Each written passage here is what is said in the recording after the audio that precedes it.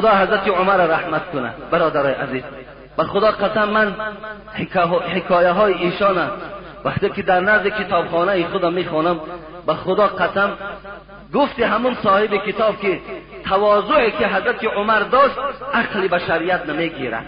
عقل ما نمیگیرد که این عملهایی که عمر انجام میدهد انسان وی انجام داده تواند. بازم آن که وی در خلافت نشسته بود، بازم آن که وی در کرسی شاهی نشسته بود، لکن کارهای را انجام میداد که عادی ترین مردم ما وی انجام داده نمیتواند. آدم پسترین ما این عمل انجام داده نمیتواند. حضرت آنقدر عادی بودن که چی میگفت؟ لولا فلان لهلك العمر، اگر فلانی نمیشود عمر هلاک میشد. ببین فقط دیگرها را برتری میداد، دیگرها را صفت میکرد، خودش دائم پس میزد. ببین لولا فلان، اگر فلانی نمیشود عمر هلاک میشد. ببین حتی حضرت آنقدر خاکسار بودن که میگفتن کسی که میخواهد که از علم قرآن تماس گیرد به عبیه ابن کعب مراجعت کند، وی قرآن خوب میداند. کسی که میخواهد حلال از حرام فهمد به معاذ ابن جبل مراجعت کند. کسی میخواهد که اگر علم میراث فهمد با زید ابن ثابت مراجعت کند. برای کسی مال از بیت المال در کار باشد با عمر ابن الخطاب مراجعت کند. شخصانی که میخواهید وزن بگیره، یعنی که بزبله شوین، کچاک شوین، برای شما سمیونوان ارگینال شفافرما رو توصیه میدیم که از 9 تا 12 کیلوگرم وزن میدهد. برای دسترس کردن همه چیز ارگینال شما تنها از شفافرما پیدا کردن میتونید، چون که با باوری کامل چیزا شما میگیرید. برای دسترس کردن رقم ها در شبکه پروفیل میشه یا اینکه در کامنتاریا وزن نویسید.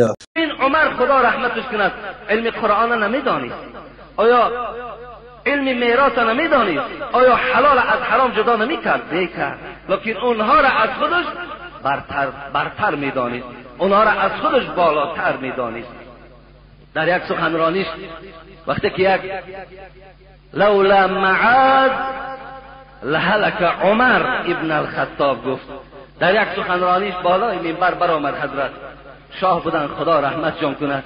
بازم شاه بودن، بازم منصب داشتن، بازم تمام حاکمیت در زیر دستش بودن، از خدا میترسید، 5 وقت نماز ادا میکرد، از مسجد بیرون نمیشد. حضرت برآمد بالای منبر و گفت اگر معاذ ابن جبل نمیشد عمر هر آینه هلاک میشد. گفتن چگونه ای عمر؟ گفتن این چه قصه باشد؟ گفت بار من زن زنا کرد، زن زنا کرد، ما حکم به سنگسار دادیم. حضرت عمر میگوید ببین زن زنا کرد، ما حکم به سنگسار او را صادر کردیم. حضرت عمر در حکم کردن عدل داشتن، عدالت داشتن. چیزی که خداوند در راست زناکار میگفت حکمش میکرد، چیزی در راست عرقنوش میگفت حکم میکرد، چیزی که در راست جنایت در نزد خدا باشد حتمی حضرت عمر از روی عدل، از روی قرآن، از روی احادیث رسول اکرم حکم میکردند. در حکم کردن تقبازی نمیکردند، در حکم کردن مبلغ نمیگرفتند، در حکم کردن نمیگفت این بچه دادرم هست، این بچه عمکیم است، این بچه تقایم است، این همسیفم است، این همسایم است. نه والله که در قصه هاش میگذرد تماما خاطر یگان بنده خدا را نمیدید، فقط قانون بالای او جاری میکرد. پاره را برای خود والله که از پاره میترسید، زیرا که رسول اکرم حدیثش حضرت عمر نمیگذاشت که به پاره نزدیک شود. الراشی و المرتشی فی النار، پاره گیرنده و پاره دهنده هر دو در آتش دوزخند. این سخن پیغمبر خدا عمر تماما نمیگذاشت که به سوی خیش و تباربازی و به سوی گویم پاره گیری نزدیک شود. هیچ وقت این سخن خدا و پیغمبر او را نمیگذاشت که به این نزدیک شود. حتی در قصه ها می آید که باره ابو موسی اشعری رضی الله عنه صحابه جلیل القدر پیغمبر بودند. شما تماشا کنید وقتی که بار حضرت عمر خانهش می آید، به خانه خود داخل می شود، نگاه می کند عاتیکه زنش، نام زنش عاتیکه بودند، عاتیکه زنش بالا یک جای نمازی نو نماز می خواند. حیرت دمان گفت، عاتکه گفت این جای نماز از کجا در خانه ما مهمان شد؟ در خانه ما این مالی نوست، اینو کی آورد؟ آیلش تبسم کنان گفت عمر گفت این ابو موسی اشعری آورد، گفت هدیه برای خانه ما و شما آورد. حضرت عمر جای نماز پیچاندند و در سر زنش زدند، گفتند ابو موسی اشعری را حاضر کنید. ابو موسی اشعری آن زمان وزیر دفاع بود، میدانید مینیستر ابران بود، در مصر در بصره بود، لشکری کلان داشت. وقتی وای گفتن عمر تو را فریاد دارد، به خدا قسم کلی جسمش می جنبید، می ترسید عمر برای من چیکار داشته باشد. گفت وقتی که ابو موسی اشعری را حاضر کردند، گفت این چی بود در خانه من آوردی؟ گفت هدیه بود، جای نماز است، هدیه آوردم بالای او، شما خدا را عبادت کنید. گفت به چه خاطر خانه عمر آوردی؟ چرا اینقدر مسلمان فقیر و نادار وجود دارد خانه او نبردی لکن خانه عمر آوردی؟ به چه خاطر آوردی؟ من هدیه تو را قبول ندارم. و جای نماز میگرد در سر ابو موسی اشعری زد، گفت قسم به خدا، گفت از همین روز اعتبارا تو در این وظیفت کار نمیکنی، تو از وظیفت آزاد. گفت برای خانه عمر گفت جای نیافتی که هدیه را بیاری، گفت خانه عمر آوردی. ببین آیسته آیسته وای میدانید که از هدیه آدم آیسته آیسته وقتی شفته مال می شود، وقتی وجودش به مال عاشق می شود، آخر وای ملک خراب میکنه. این سیر و سودا را حضرت عمر میدانستند، به این خاطر در حکمرانی نه هدیه قبول میکردند، عدالت داشتند، تماما پروای هیچ کس نداشتند. والله که قانون خدا را بالای فرزندای خودش جاری کرده بود. بیایید من برای شما، برای آن که شما باوری حاصل کنید که عمر حکمرانیش از روی خط کشیده خدا و پیغمبر بود، ابو شحمه فرزندش، او عبدالرحمن نام داشت، لقب داشت به نام ابو شحمه. این ابو شحمه در مصر زندگی میکرد، در مصر حیات به سر میبرد. وقتی ابو شحمه همراه برادرزاده عمر، ببینید برادرزادهش ابن مزعون، خدامه ابن مزعون، وقتی که عرق نوشی کردن، والی مصر عمرو ابن العاص بود. وقتی آوازه آمد که بچه امیر المؤمنین عمر عرق نوشیده است، والی مصر بود، میر شهر بود، فریاد زد بچه حضرت عمر، گفت این کار با برادرزاده خودت کردی؟ گفت بله کردم و آمدم به خاطر که حد شراب نوشی را بالای من جاری کنی. عمرو ابن العاص خاطر پدر این دیده، خاطر عمر را دیده، در داخل خانه در آورده، با طریق پنهانی بالای فرزند امیر المؤمنین حد شراب جاری کردند، او را حد زدند تا که مردم نبینند. این خبر آهسته آهسته به گوش عمر آمد رسید. حضرت عمر بسیار ناراحت شدند، گفتند این میر شهر، این والی مصر چگونه به من کار کرده میتواند زمانی که قانون خدا را چه نسبت فرزند من باشد چه غیر او باشد ویران میکند. در حال یک نامه نویسان به عمرو ابن العاص که زمانی که این مکتوب به تو میرسد، فرزند من را همراه برادرزادم به مدینه ارسال کن، روانشان کن. وقتی مکتوب عمرو ابن العاص گرفت، البته مکتوبای حضرت عمر بسیار به سیاست نویسانده میشد، وقتی گرفت سیاست عمر او را فرا گرفت. در حال فرزند حضرت عمر فریاد زد همراه برادرزادهش خدامه ابن مزعون، گفت پدر تو مکتوب روان کرده که من شما را به نزد پدر روان کنم. ابو شحمه میگوید آن چنان گریه کردند پیش والی مصر ده. گفتند به خدا قسم، گفتند به غیر جزا دادن دیگر هیچ کار ندارد عمر. من میدانم که او بالای من باز حد جاری میکند، این دل من گواهی میدهد. وقتی فرزندش آمد نزد حجره پدرش، نزد جای کاری پدرش، جایی که پدرش می نشست و حکومت مسلمان ها را پیشبری میکرد، در نزد دروازه عمر 3 روز میایستد قبولش نمیسازد. 3 روز. این عدالت رو ببینید. باور کنید فرزند ما و شما بیرون میبرد کمتر هوا سرد باشد دویده از دنبال اون میرویم که در اون خانه درا که یک مهربانی میکردید. مقصد فقط غمخواری دنیاشان نمیکنیم، غمخواری آخرتشان نمیکنیم. حضرت عمر 3 روز فرزندش پشت دست قبول نمیسازد. 3 روز. در اصل حقیقت داشت. باری میگد حسن و حسین، حالی من این قصه را اینجا گذارم، یک قصه یادم آمد. حسن و حسین نبیره های پیغمبر خدا باری میآیند برای چی کار نزد حضرت عمر میآیند که عبدالله بچه حضرت عمر، عبدالله ابن عمر نزد دروازه پدرش ایستادگی در نوبت ایستاده است. کی پدرش را قبول میکند؟ عدالت ببینیم برادرای عزیز، با یک چشم نگاه کردن تمام مردم ببینیم. نابسته فرزندش است، بچه همسایش است، خیش و تبار فرقی ندارد، در نوبت می ایستادد. حسن حسین آمدن که عمر، حضرت عبدالله ابن عمر در نوبت ایستاده است. در حال میگوید از اونجا پس گشتن به خانه شان می آمدن. حضرت عمر که یک اتاق عادی داشتن، میگوید از تریزه نگاه کردن که حسن و حسین این نور چشمان پیغمبر خدا به سوی خانه رفته ایستادن. فریادشان زد نزد من بیایید. گفت کجا می روید؟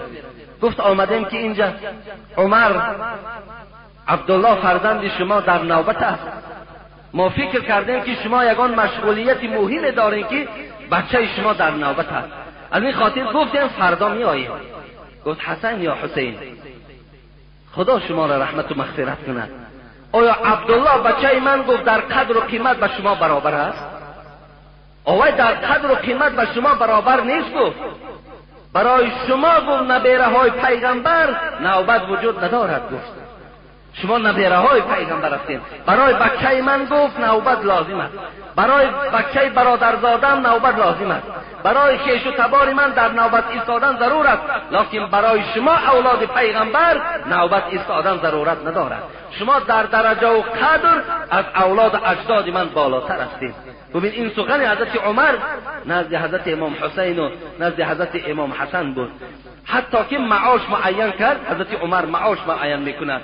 ببین معاش میدهد برای امام حسن 1000 دینار، برای امام حسین 1000 دینار، برای بچه خودش عبدالله 500 دینار جدا کردند. حضرت عبدالله گفتن پدر، گفتن من که حق گپ زدن در پیش تو ندارم، لیکن وقتی که من جهاد میرفتم در دوره های رسول اکرم، آخی حسین و حسین خرد بودند، اینا در یگان جهاد اشتراک نکردند، برای چی اونها را 1000 دینار میدهی، مرا 500 دینار میدهی؟ گفت بچم خاموش. گفت قسم به خدا تو گفت در این جمله گناهکار شدی. آیا تو گفت مثل امام حسن و امام حسین پدر داری؟ ببین علی را در نظر داشتن، علی را از خودش افضل داشتن. گفتن آیا تو مثل امام حسن و امام حسین پدر داری؟ تو میدانی پدری او علی است، میدانی و داماد پیغمبر خدا هست. آیا پدری تو در شرف قدر به علی برابر می شود؟ آیا گفت تو مثل امام حسن و امام حسین مادر داری؟ وای فاطمه است. گفت وای دختری پیغمبر بود، پیغمبر وای دوست می داشت. تو مثل گفت خدیجه کبرا که برای این نبیره های پیغمبر همچو یک مامه می شوند، آیا تو مثل وای مامه داری؟ از همه اولاتر و بالاتر میدانی امام حسن و امام حسین بابا دارن، نام اون محمد است صلی الله علیه و سلم. آیا تو گفت با اینا افتخار نمیکنی؟ گفت تو میدانی تو در شأن کی گپ زده ایستاده ای؟ حضرت از فرزندهای خود اولاد پیغمبر خدا را بالا میدانستند. از این خاطر بچه ابو شحمه 3 روز نزد دروازه پدر در نوبت می ایستاید. وقتی که او را قبول کرد، حضرت عمر تماما تبسم بالای فرزندش نداشت، قهر و غضب او را فرا گرفت. گفت چیکار کردی؟ عرق نوشیدی؟ گفت بله عرق نوشیدم، لیکن عمرو ابن العاص بالای ما حد جاری کرد. گفت چگونه حد جاری کرد؟ برای چی موی سری تو تراشیده نشده است؟ برای چی مردم ندید که تو حد شراب میزنن بر تو؟ چرا مردم ندید؟ از این خاطر عبدالرحمن ابن عوف میگوید من نزد حضرت عمر بودم، گفتم عمر خدا تو را مغفرت کند، خدا عدالت تو را بالاتر کند. و یک بار حد شراب خورده است، یک بار دره را دیده است، دویم بار بالای او دره را گفت جاری نکن. گفت اگر این جنایت فرزند خدا من پوشیده نگه دارم، این سنت می شود برای تمام رهبریت. به این خاطر من این گفت در بین مردم دره میزنم. خود حضرت میگوید آستینا را بالا کردند، تمام مردم فریاد زدند، همراه برادرزاده خود فرزند خود دره میزدند. فرزندش میگفت، پدر میگفت قسم به خدا سلامتیم خوب نیست، برای من مهلت ده تا کمی سلامتیم درست شود. حضرت گفتم برای عرق نوشیدن سلامتی داشتی؟ برای عرق نوشیدن از خدا نترسیدی؟ اینجا عذر خودت بیان میکنی. وقتی دره را میگد بالای فرزندش جاری کردن، از درد این دره زدن یک ماه بعد فرزندش از دنیا گذشتن. لیکن قانون خدا را نشکستن، قانون اسلام را نشکستن، عدالت را جاری کردن. ببینید این زمان کیسه ما در زن بود. لولا معاذ لهلك العمر ابن الخطاب. اگر معاذ ابن جبل نمیشد عمر هلاک میشد. زنی را حکم کردند. تواضع را ببینیم برادرای عزیز، این از تواضع حضرت عمر است، این از خاکساری های حضرت عمر است. وقتی که زنی را حکمی به سنگسار داد، زنا کرده بود، حضرت معاذ دوان آمد و عمر گفت این حکم تا بیکاره کن. گفت چرا؟ گفت این زن حامله دار است. تو میدانی که اگر زنی که حامله دار باشد، تا اگر وضع حمل نشود، تا اگر فرزند تولد نشود، بالای او سنگسار کردن ممکن نیست، زیرا که ضرر در فرزند او میشود. کی جواب میگوید؟ شما تواضع حضرت عمر از حکمش گشتند، اینم قدرت در کار، از فرمان خود عالی.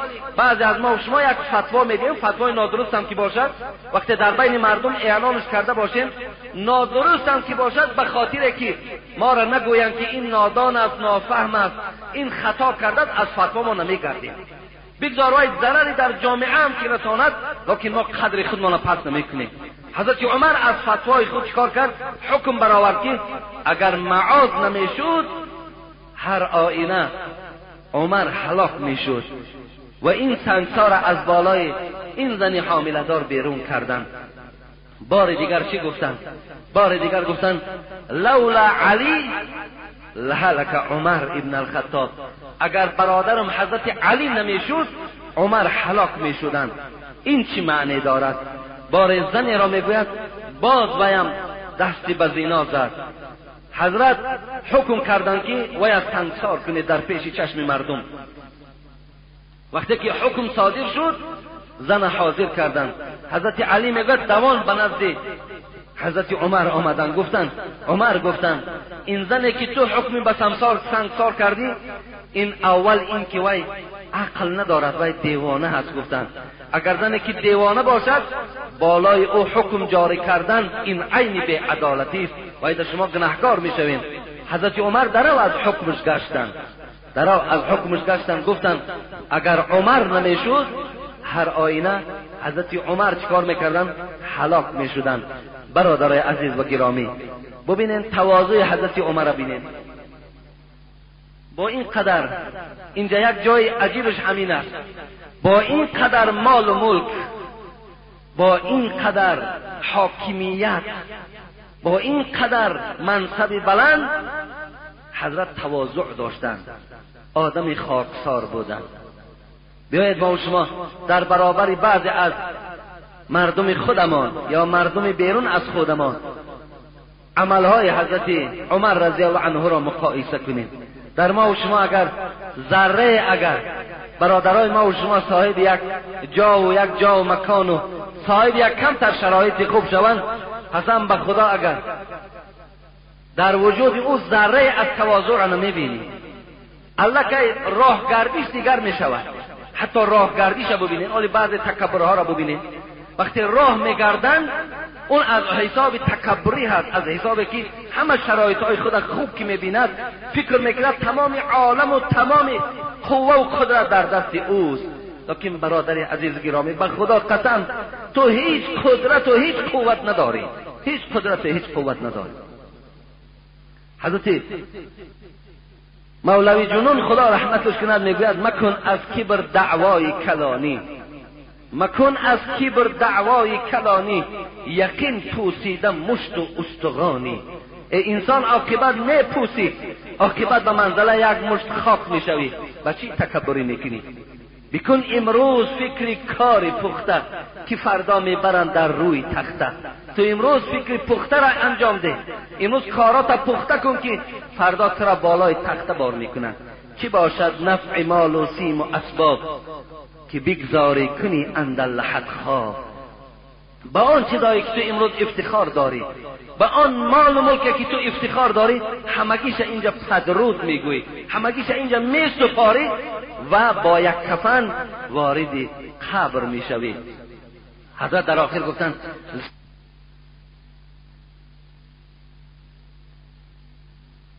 ز تو عاجزتر مظلومتر نیست، دریغا که تو را از خود خبر نیست. افسوس که تو خبری خود نداری. به خدا میگوید از تو در عاجزتر، از تو در مظلومتر نیست. برادرای عزیز و گرامی، خداوند در قرآن در سوره اسراء میگوید ولا تمشی فی الارض مرحا. ببینید من از سوره لقمان مثال آوردم. حضرت لقمان بچه‌ش هم این سخن گفته بود ولا تسعر خدک للناس ولا تمشی فی الارض مرحا. حضرت لقمان اول بچه‌ش چی گفت؟ فرزندم گفت هر چی صاحب دولت و منصب میشوی، هر چی اگر شرف قدر بلندم کی شود، بالای مردم با چهره ترش نگاه نکن، همیشه در چهره خود تبسم داشته باشی، بنده های خدا را خوب قبول کن. گفتن ولا تمشی فی الارض مرحا، در بالای زمین خدا خرامان راه نکن. مقصد تکبرانه کیتوف جنباندن، میان جنباندن، خواب دستها را گویم که هر زیل کردن مثل تکبران، این چنین راه نره. در دیگر آیت قرآن ببین تکبران چی میگه خدا؟ ولا تمشی فی الارض مرحا. خدا میگه ای بنده عاجز، ای بنده مظلوم، قسم به عظمتیم اگر خواهم عادی ترین ملائکه را امر میکنم که مینه سر همین بنده مرا گیج کن، یک ساعت پس تو دیوانه خدی کوچه میشوی، یک ساعت پس تو یک دیوانه در خدی کوچه میشوی. قسم به خدا، قسم به عظمتی پروردگار میگوید تعز من تشاء و تذل من تشاء. من هستم که عزت میتم، من هستم که خار میکنم. تؤتی الملک من تشاء و تنزع ملک ممن تشاء. من هستم که به تو مال دادم، من هستم برای تو آن ماشین های ملایم دادم، من برای تو اون خانه های بلند آشیانه را ساختم، من برای تو قدر و قیمت دادم. لیکن من هستم آن خدایی که همیشه زنده این مال و ملک از بالای سری تو کنده بگیرم. من هستم آن پروردگار. ببین خداوند خطاب میکنه برای بندگانش.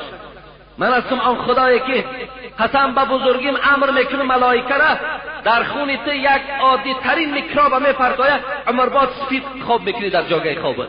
من هستم آن پروردگار. تو چی هستی؟ تو عاجز ترین بنده من هستی. تو به چی افتخار داری؟ چی داری تو؟ از تو در بزرگها کجا شدن؟ کجا هستن؟ اینقدر پادشاه ها و اینقدر ملکدارا و اینقدر پولدارا امروز در کجا هستن؟ عبرت نمیگیری؟ خدا رحمت کند عمر خیام چی میگوید؟ مرغ دیدم نشسته در باره توس. تماشا کن، مرغ دیدم نشسته در باره توس، کنگره توس، کنگره های بلند که در ایران وجود دارد، در پیش نهاده کله کیکاووس. این مرغ در پیشش کله کیکاووس گذاشته بود. کله کیکاووس شما میدانید، کیکاووس این بعد سلاله ساسانیان، این از سلاله ساسانیان بود. بعد انوشیروان دولت به اینها رسید که کی این لقب بود در پادشاهای ایران میگذاشتند. قیصر لقب بود که در پادشاهای روم میگذاشتند. این کیکاووس بود و کیکاباد بود و اینا پادشاهای بودند. حضرت عمر مثال میارد، میگوید مرغ دیدم نشسته در باره توس، در پیش نهاده کله کیکاووس. با کله همه گفت که افسوس افسوس، کو بانگ جرس ها و چی شد ناله کوس. مرغ با این کله چی میگفت؟ با این کله شاه کیکاووس چی میگفت؟ کجا شد اون بانگ جرس ها؟ کجا شد اون نغمه و نغاماتت؟ کجا شد اون تکبرانه که تو در راه میرفتی؟ کجا شد اون نغمه هایی که تو مردم عادی را در قصرت راه نمیدادی؟ کجا شد؟ امروز تو خوراک من شدی میگوید. ببین اینا همش چی هستن؟ اینا همگی اینا برای عبرتن برادرای عزیز و گرامی. خدا رحمت کند عمر خیام. شما برادرای عزیز و عمر خیام بسیار توجه داشته باشید. عمر خیام بسیار مصرع‌های عبرت آمیز برای همه طایفه میگوید. آن قصر که بهرام در او جام گرفت، بهرام میدانید این هم یکی از پادشاه‌های هستند. همین قدری که از به خدا گذشتن، خدا را نشناختن. آن قصر که بهرام در او جام گرفت، میگن آن قصر بهرام من برای شما در مصرع‌های شیرین گنجایش نمیدهد که وصف کنم چگونه قصر داشت. در اون داخل او جام میبرداشت، اون می مینوشید، اون نغمه و نغامات میکرد. آن قصر که بهرام در او جام گرفت، آهو بچه کرد و روبه آرام گرفت. اون قصر میگوید از سر بهرام چی شد؟ دور شد. این قصری که بهرام در اونجا افتخار میکرد، اونجا در نغمه و نغامات میکرد، عاقبت خانه آهو شد. عاقبت روبه ها در اون داخل رفته چیکار کردن؟ الچه میگذاشتن، بچه میکردن. اینم برای ما و شما چی هست؟ این مصرع‌های حضرت همگیش عبرت هستند. دادرای عزیز و گرامی، حضرت عمر تواضعش من برای شما بیان دارم که ماها عبرت گیریم. ماها گویم که آدم خاکسار باشیم، عادی باشیم، هر چی داده است شکر به سوی خدا کنیم. در برابر این تکبری را ما و شما برای خود هیچ وقت اختیار نکنیم. خدا چی گفت در سوره اسراء؟ ولا تمشی فی الارض مرحا. هر چی داری نداری بالای زمین خدا ده، بالا زیر آسمان خدا ده، اینقدر تکبرانه راه نگر. ببین در دوامش چی گفت؟ گفت لن تخرق الارض ولن تبلغ الجبال طولا. ای بنده خدا گفت، ای بنده عاجز، تو با این راهگردی های تکبرانه که در روی زمین داری، لن تخرق الارض، قسم به عظمتیم زمین مرا تو شکاف کردن نمیتونی. ولن تبلغ الجبال طولا. هرچی اگر گردن تا بلندم کی کنی، خدا میگه برابر این کوههای بلند من تو برابر شدن نمیتوانی. نه تو از کوه بزرگی، نه از زمین ده سخت‌تر هستی. در بالای زمین مثل حضرت عمر راه بگرد، مثل حضرت عمر خاکسار باش.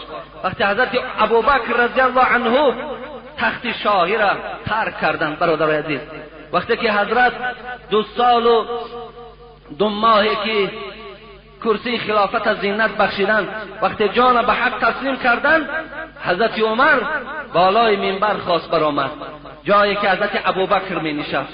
آمد در جایی که حضرت ابوبکر می نشست، اون جای برای خود اختیار نکرد، در جای قدم ابوبکر نشست.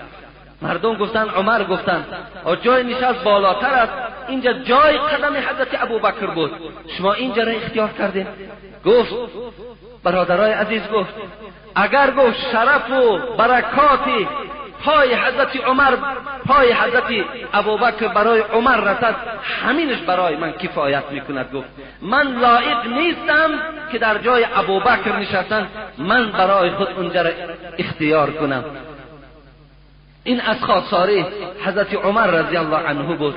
بار شب حضرت عادت داشتن شبها در کوچه ها میگشتن، کوچه ها را تا سحر هر یک کوچه را نظر میکردن، از هر خانه نظر میکردن کنی در کوچه ها در شهر چی آوازه ها باشد، کدام بنده های خدا بی‌ضابطه هستند، ناراحت هستند، ناچیز هستند، نادار هستند. از کوچه ها سیر و سیاحت میکرد، میگشت، نگاه میکرد. باری میگوید نزد یک خیمه آمدن، نزد خیمه آمدن، نگاه کردن یک مرد عرب نزد خیمه نشسته است، خیلی غمگین است. حضرت عمر آمدن در پهلوی این مرد عرب نشستند، در حال احوال پرسی کردن گرفتند. شما بیرون خیمه هستین، وارد خیمه داخل نمیشوین، شما کی هستین؟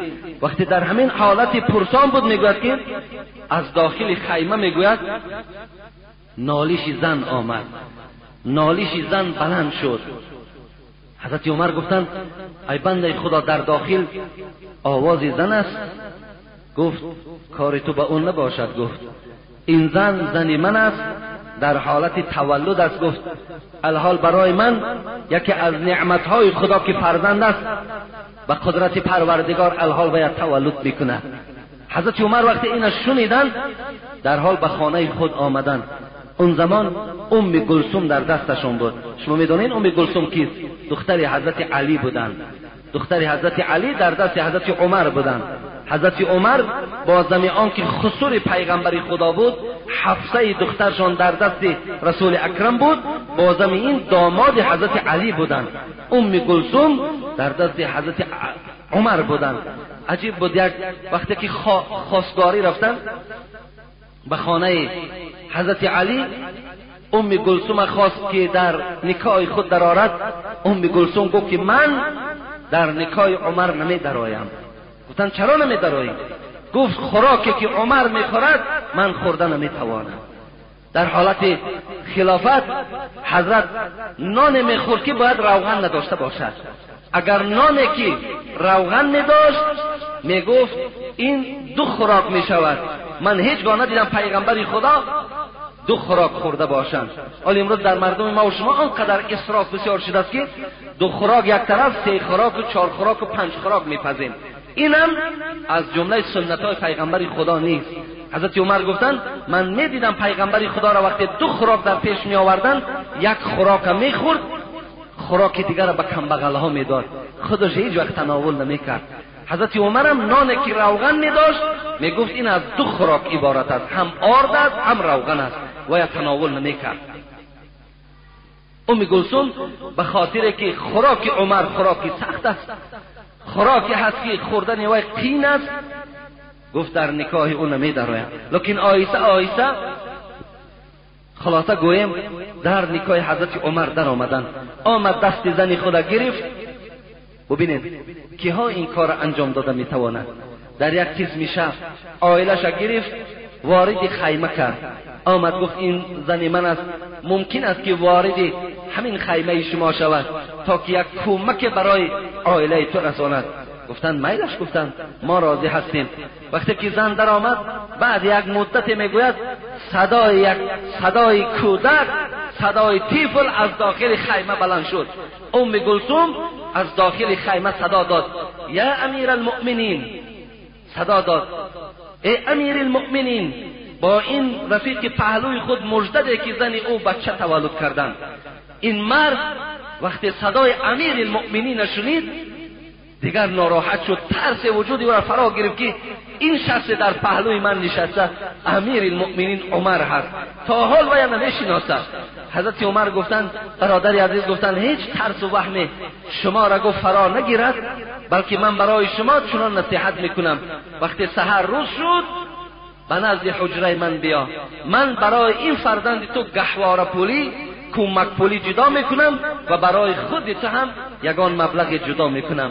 این از تواضعهای حضرت عمر است.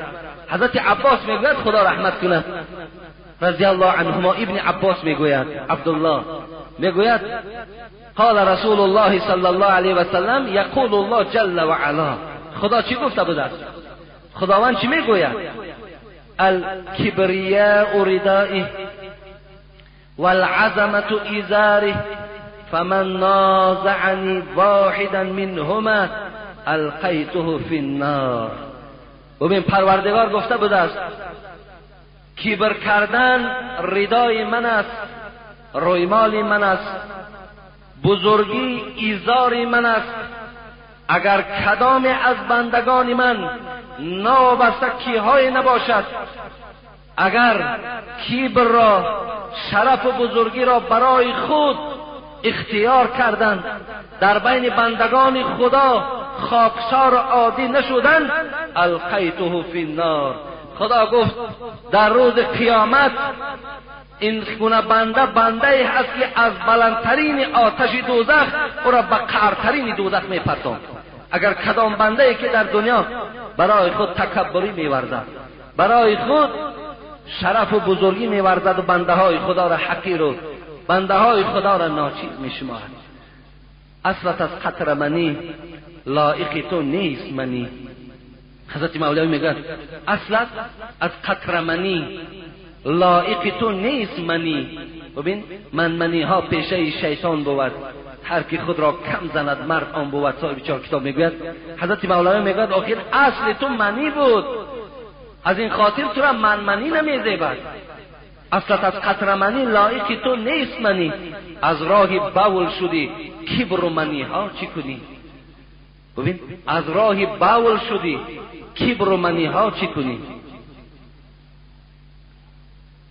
در دیگر شاعرهای ما و شما در باره تکبرانم عجیب مصرع‌های زیبای ایجاد کردند.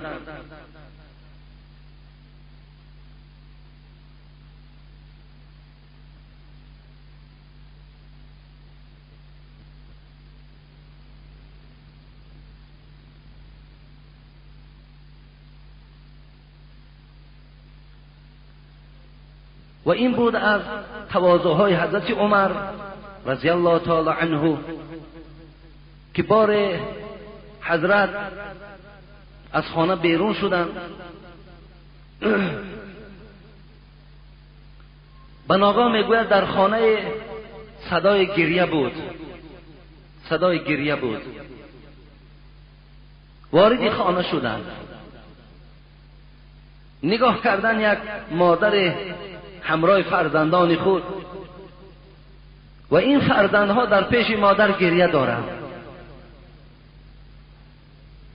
و نزد فرزندها یک دیگ گذاشته شده است که دیگ می جوشید. حضرت عمر گفتند این کودک ها بهر چی می گریند؟ گفت اینها گرسنه ماندند، اینا چیزی نیست که برای اینها ما از غذا تأمین کنیم. گفت در دیگ چی داری؟ گفت در دیگ یک مقدار آب هست می جوشد.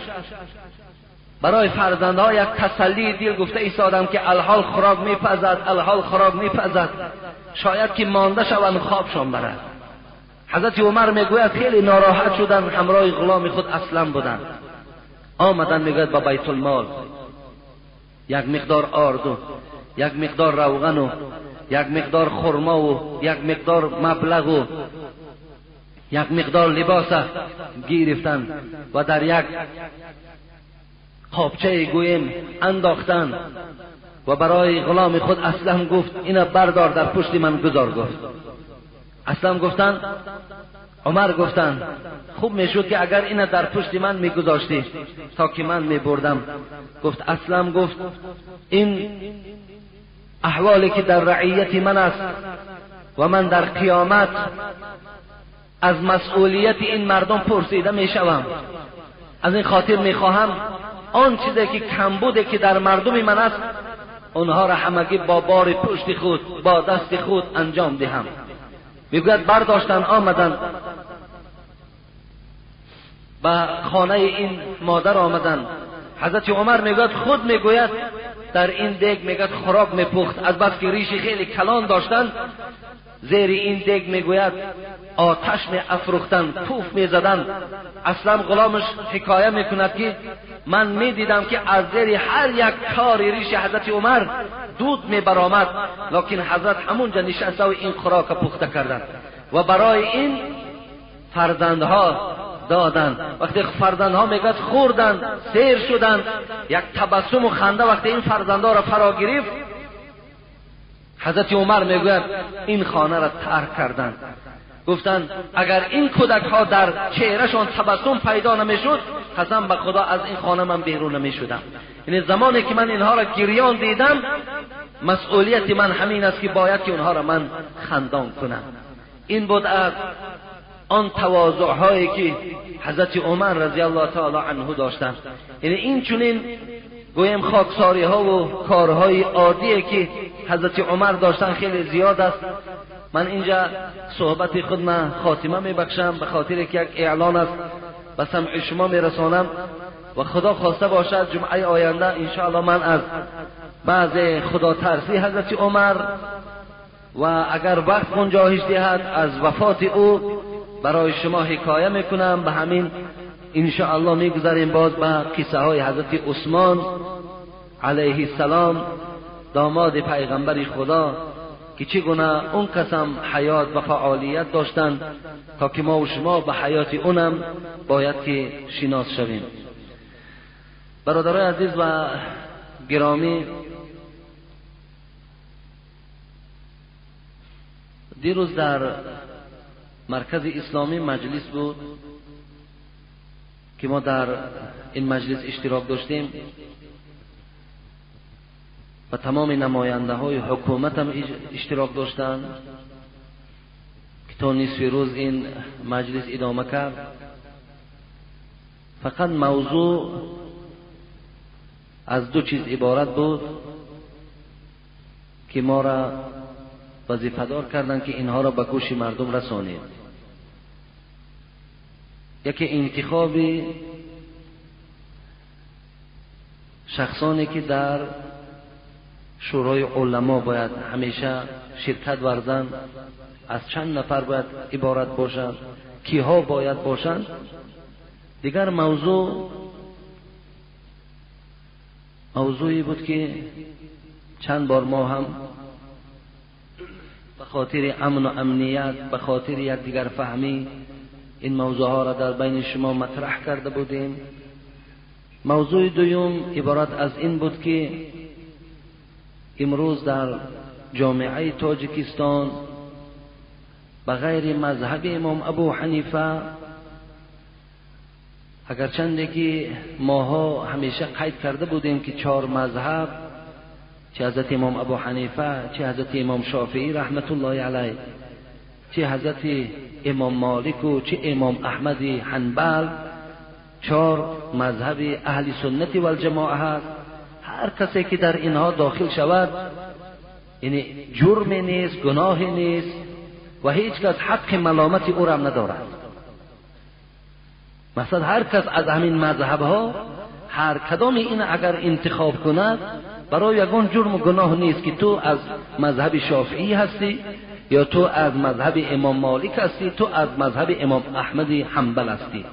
یعنی هیچ جرمی نیست، گناهی نیست، جنایتی نیست، یگان خجالت هم نیست، یگان شرمندگی هم نیست. لیکن اعلان شد که در تاجیکستان امروز بغیر همین مذهب امام ابو حنیفه هر جریانی که فعالیت میکند اختلاف های زیاد ایجاد میکند و نافهمی ها در بین مردم پیدا می شود، کشماکشی ها پیدا می شود، یکدیگر را تحقیر کردن پیدا می شود، یکدیگر را بد دیدن پیدا می شود، اگرچند که همه برادر مسلمان هستند. اگرچند که در بعض مسئله ها گوییم که اختلاف ها و بعض مسئله های جزئی هستند که مورد بحث و مناظره باید قرار نگیرند، لیکن امروز همون مورد بحث و مناظره قرار گرفته است. از آن جمله درباره آمین بلند گفتن، درباره دست ها را بالای سینه گذاشتن، چی پایه های کشاد گذاشتن، چی دیگر جریان هایی که امروز فعالیت دارند، چه از شیعه ها، چه از نصرانی ها، چه از زردشتی ها، چه از با احمدیه گفتگی باز یک گروه دیگر برآمده، چه از حزب تحریر و دیگر چیزهایی که روز به روز در جامعه ما و شما مثال پیدا شده ایستادند، یک گوییم که مورد نگرانی قرار گرفته است. فقط مقصد این بود که برای تمام شماها ما گوشزد کنیم که همین آرامی تاجیکستان هممون با دندانهامان داشته نگه داریم، کار کنیم که همین آرامی که امروز خدا برای ما نصیب کرده است، این لطف خدا بود، این خدا دادی ان همین مردم تاجیکستان بود که الله در یک مدت کمی به واسطه این مردهای عاقلی که سری مذاکره نشستند خب با یکدیگر امضا کردند و امروز این صلح و صلاح را خداوند در تاجیکستان ما فراهم آورده است. همین از دست ما و شما نرود. مقصد از داخل مسجدها باز جنگ و جنجال ها بیرون نشود. برادرای عزیز و گرامی، من همیشه گفته بودم، باز میگویم، مذهب من مذهب آرامی هست. مذهب من، رویش من این است که نمیخواهم که والله که در تاریخ در صحیفه های دعوت من یگان نقطه سیاه گذاشته شود که فردا بعد از سر من گویند که با فتوای حاجی میرزا یا با دلالت حاجی میرزا فلان جوان مثال یک مشت خورد، یا فلان جوان کشته شد، یا فلان جوان مثال دشنام خورد. این من برای خودم به خدا قسم اختیار نکردم. همیشه میخواهم در شما بهترین اخلاق باشد، بهترین گویم تربیت در شما باشد. یکدیگر تا حرمت و احترام کنین، به قدر یکدیگرتان رسین، یکدیگر تا دوست دارین چگونه فرزند پدرتان دوست می‌دارین. فقط مقصدم به خدا همین عبارت است. آن دینی که خدا نصیحت اعلان کرده است میخواهم همون نصیحت در شما رساند، دیگر هیچ مقصد هیچ غرض ندارم. ما نیز به این کلمه زیبای آمین برادرای عزیز و گرامی تسلیم هستیم. آمین کلمه زیبا هست، آمین این سنت پیغمبر خدا هست. من بار هم در اطراف آمین تحقیر نکردم. کلمه آمین حتی که هیچ وقت این زبان ما هم نمیگردد که نسبت آمین یگان سخن بد گویم، لیکن این قدر میگویم که امروز همین مردم درک کردن نمیتونند. مردم همین قبول کردن یا نمیخواهد یا قبول کردن نمیتواند. لیکن آمین پستم معنای اون ندارد که بنده های خدا در راه غلط رفتند. آمین پستم سنت است، زیر ناف داشتنی دستم سنت است، 4 انگشت بین پاها را کشاد گرفتنم اینم از سنت حبیب خداست.